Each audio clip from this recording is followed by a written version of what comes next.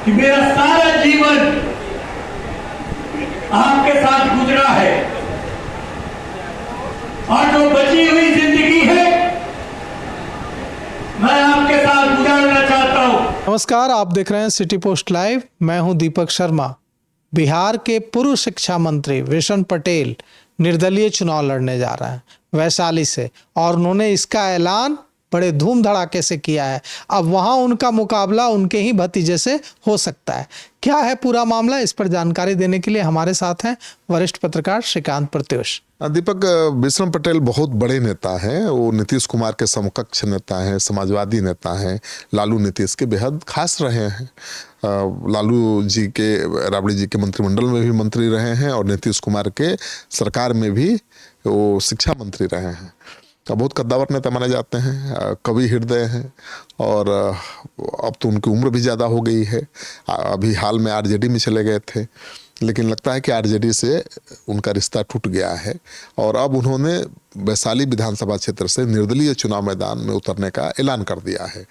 तो आज उन्होंने एक अपने फार्म हाउस में बैठक की।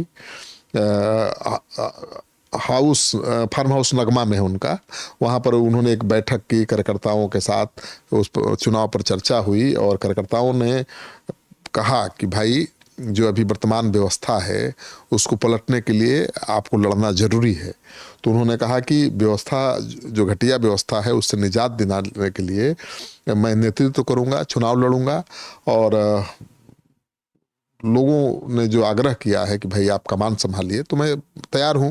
उन्होंने कहा कि मेरा तो बहुत आखिरी पारी है ये। कितने मजबूत हैं, कितनी मजबूती वहां दिखेगी अगर वो चुनाव लड़ेंगे तो? कितनी मजबूती से विशन पटेल तो चुनाव उस सीट पर कितने मजबूत लड़ेंगे तो मुश्किल तो पैदा कर ही देंगे। चुनाव जीत भी सकते हैं, ऐसा नहीं है, क्योंकि बहुत ही व्यवहारिक हैं, सहज हैं। और चुनाव एक बार थोड़े जीते हैं, कई बार जीते हैं चुनाव।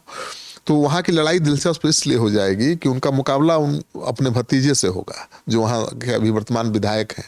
उनका नाम है सिद्धार्थ पटेल।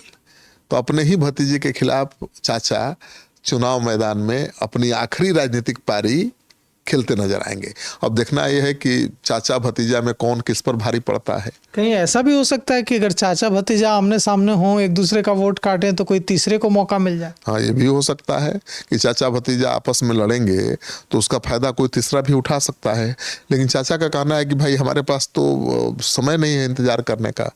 भतीजा तो जवान है, वो इंतजार कर सकता है। अब भाई चाचा की आखिरी पारी है तो भतीजे को इंतजार करना चाहिए कायदे से। अब चाचा तो 5 साल बाद रहेंगे नहीं रहेंगे, तो उनकी आखिरी इच्छा है कि भाई एक बार चुनाव लड़ लिया जाए। उन्होंने कहा कि देखिए, मैं हमेशा जनता के बीच रहा हूँ और अपने जीवन के आखिरी समय में मैं जनता से दूर नहीं हो सकता। तो अब वो चुनाव मैदान में कि मेरा सारा जीवन आपके साथ गुजरा है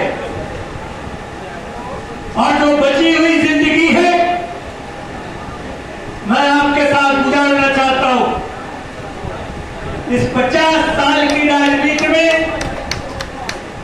हम पर कोई उंगली नहीं उठी। हमारे गार्जियन ने आपको संकल्प दिलाया है और हमने भी आपको कहा है कि मैं बची हुई जिंदगी आपके साथ गुजारूंगा। और आप लोगों ने आश्वासन दिया है मुझे कलेजे से लगाने का। और जब आप लोग तैयार हैं तो आने वाले चुनाव में मैं भी इस क्षेत्र से निर्दलीय उम्मीदवार के रूप में लड़ने का उतरने के लिए ताल ठोक रहे हैं, पूरी तैयारी कर ली है। और जो उन्होंने कार्यकर्ताओं की बैठक बुलाई थी तो बहुत उत्साहित थे कार्यकर्ता। सैकड़ों कार्यकर्ता वहाँ शामिल थे बैठक में और सबने एक स्वर से कहा कि नहीं, आपको चुनाव जरूर लड़ना चाहिए। देखिए, उम्मीद तो ये थी कि आरजेडी उनको लड़ाएगा, लेकिन अब क्या कारण है पता नहीं। आरजेडी से जब अलग हो गए हैं, औपचारिक ऐलान तो कभी नहीं हुआ कि वो निकाल दिए गए या उन्होंने छोड़ दी, लेकिन आरजेडी से अलग है तभी तो निर्दलीय चुनाव लड़ने का ऐलान किया है। या फिर आरजेडी से टिकट नहीं मिलने की संभावना होगी। जब टिकट नहीं मिलेगा तो क्या करेंगे? तो उनका कहना है कि अब इंतजार तो मैं कर नहीं सकता। अब आप ही सोचिए कि नीतीश कुमार के समकक्ष का नेता 2025 में नहीं लड़ेगा तो 2030 में लड़ेगा चुनाव। नहीं लड़ेगा ना। तो उनके लिए तो आखिरी ही पारी है। तो कह रहे हैं कि आखिरी पारी है और इसमें पूरे दमखम के साथ मैं चुनाव लड़ूंगा। तो पूरी तैयारी के साथ चुनाव लड़ने के लिए बैठक की थी। और बैठक में जो कार्यकर्ताओं ने उनका उत्साह बढ़ाया, उससे उनका हौसला बुलंद है। उम्र तो ज़्यादा है लेकिन अभी भी फुर्ती है बहुत, और आवाज़ में दम है। अभी भी शेरो शायरी खूब करते हैं, कभी कभी विवादों में भी रहे हैं, लेकिन वो बाहुबली नहीं है, अपराधी नहीं है, और सोशलिस्ट रहे हैं। वो लालू नीतीश के साथ हमेशा काम किया है। शिक्षा मंत्री भी थे तो उन्होंने बहुत अच्छा काम किया था। तो विष्णु पटेल की पहचान एक बड़े समाजवादी नेता के रूप में रही है। और आरजेडी के नेता लालू यादव नीतीश कुमार के साथ, दोनों के साथ वो सहज रहे हैं हमेशा। पहले तो लालू जी के साथ थे, फिर नीतीश जी के साथ आ गए, नीतीश जी के वो फिर छोड़े, फिर लालू जी के साथ गए। तो तेजस्वी यादव से नहीं सेट हो पाएगा होगा। देखिए वेवलेंथ की बात है ना, तेजस्वी यादव से वेवलेंथ नहीं मिला होगा। चाहे तेजस्वी यादव चाहते होंगे कि हम युवा को ही लड़ाएं, और जो वर्तमान विधायक है उसका टिकट काट के देना भी तो बहुत आसान काम नहीं है। तो तेजस्वी यादव इतना रिस्क क्यों लेंगे? आखिरी पारी खेलने वाले योद्धा पर बाजी क्यों लगाएंगे? अभी तो एक नौजवान उनका विधायक है वो। नहीं तो दिक्कत है कि अगर वहां से लड़ते हैं वृषण पटेल तो नौजवान जो है भतीजे की नैया भी तो डुबा सकते हैं। बिल्कुल, नौजवान अपने ही भतीजे की नैया डुबाएंगे ना भाई। अब चाचा भतीजा लड़ रहे हैं तो दोनों में से कोई हारेगा, या दोनों हार सकते हैं, तीसरा कोई जीत जाएगा, ये भी तो होगा। क्योंकि देखिए इस बार जो लड़ाई है वो सीधी नहीं है, त्रिकोणात्मक संघर्ष की स्थिति बन गई है। प्रशांत किशोर भी चुनाव मैदान में है, वो भी ताल ठोक रहे हैं। तो अगर चाचा भतीजा लड़ेंगे तो उसका फायदा प्रशांत किशोर की पार्टी को भी मिल सकता है। तो ये वैशाली विधानसभा सीट का चुनाव बेहद दिलचस्प हो गया दीपक। अब देखना यह है कि चाचा विष्णु पटेल अपनी आखिरी पारी में क्या कमाल दिखाते हैं।